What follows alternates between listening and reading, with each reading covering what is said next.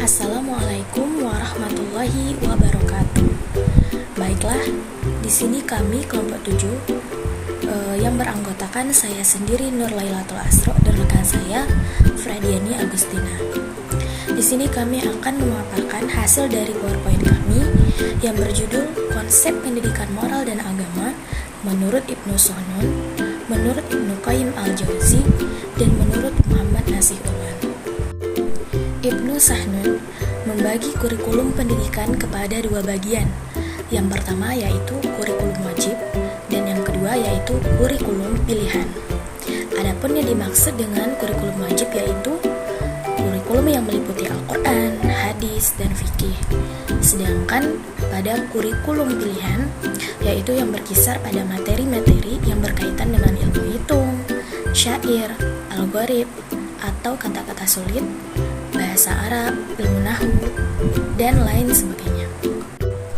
Menurut Al-Qabisi yang mensyarahkan kitab Adab Al-Muallimin, karya dari Ibnu Sahnun, berpendapat bahwa konsep kurikulum dalam kaitannya dengan pendidikan Islam yang digolongkan kepada dua bagian. Yang pertama yaitu kurikulum ijbari atau yang secara harfiah berarti kurikulum yang merupakan keharusan atau kewajiban setiap anak. Dan yang kedua yaitu kurikulum ikhtiari, yaitu adalah kurikulum yang mengenai ilmu tentang berhitung, syair, kisah-kisah masyarakat Arab, sejarah Islam, dan ilmu nahwu serta bahasa Arab lengkap. Selanjutnya yaitu tujuan pendidikan Islam menurut Ibnu Sahnun. Yang pertama yaitu meningkatkan rasa keberagaman yang mampu membawa manusia pada pandangan egalitarianisme. Dan yang kedua yaitu menyebarluaskan ilmu agama kepada manusia.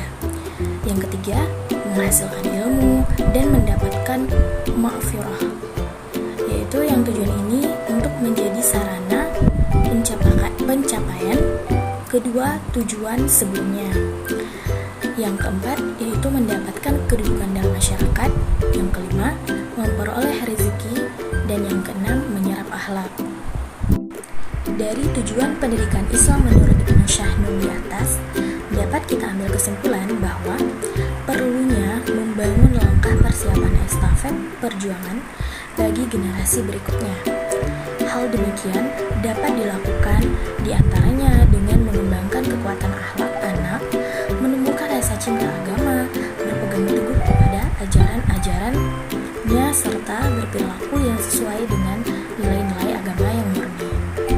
Selanjutnya yaitu konsep moral dan agama menurut Ibnu Qayyim al-Jauzi. Pendidikan menurut Ibnu Qayyim al-Jauzi terdiri dari 4 unsur. Yang pertama yaitu memelihara dan menjaga fitrah anak menuju jalan Allah.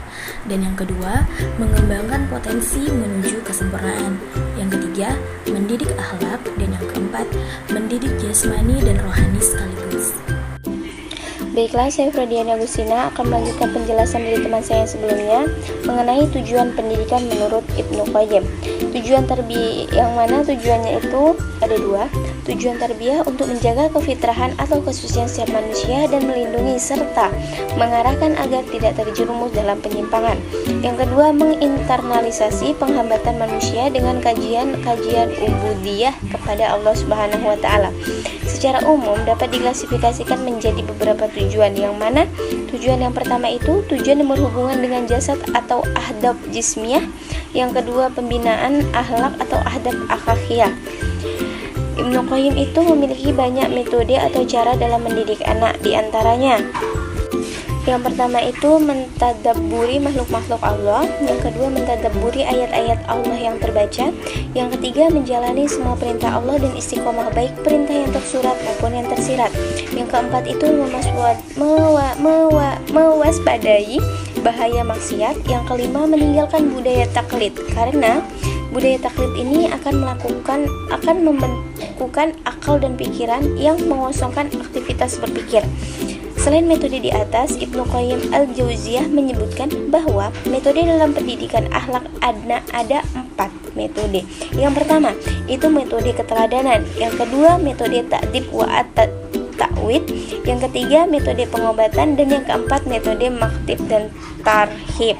Yang selanjutnya itu ada konsep pendidikan moral dan agama menurut Muhammad Nasih Ulwah. Pendidikan merupakan sesuatu yang sesuai dengan apa yang telah dicontohkan oleh Rasulullah SAW. Karena Rasulullah itu merupakan guru yang sesungguhnya, teladan sejati yang memiliki sifat-sifat luhur, baik secara spiritual, moral, ataupun intelektual. Beliau itu terdapat bahwa seorang anak yang dilahirkan adalah ibaratkan kertas putih tanpa adanya coretan yang bersih dari apapun. Pendidiklah atau orang tua yang mendidik mereka itu akan membentuk kepribadian mereka yang sesuai dengan apa yang diajarkan, dicontohkan, dan dibiasakan dalam kehidupan mereka. Muhammad Nasih Ulwah ini mendefinisikan aspek-aspek pendidikan yang harus diketahui dan dilaksanakan oleh peran orang tua maupun dalam mendidik anak didiknya. Aspek yang pertama itu ada pendidikan iman, pendidikan moral, pendidikan mental, dan pendidikan fisik. Selanjutnya yaitu metode-metode pendidikan yang efektif menurut Muhammad Nasih Ulwah. Yang pertama yaitu pendidikan dengan keteladanan.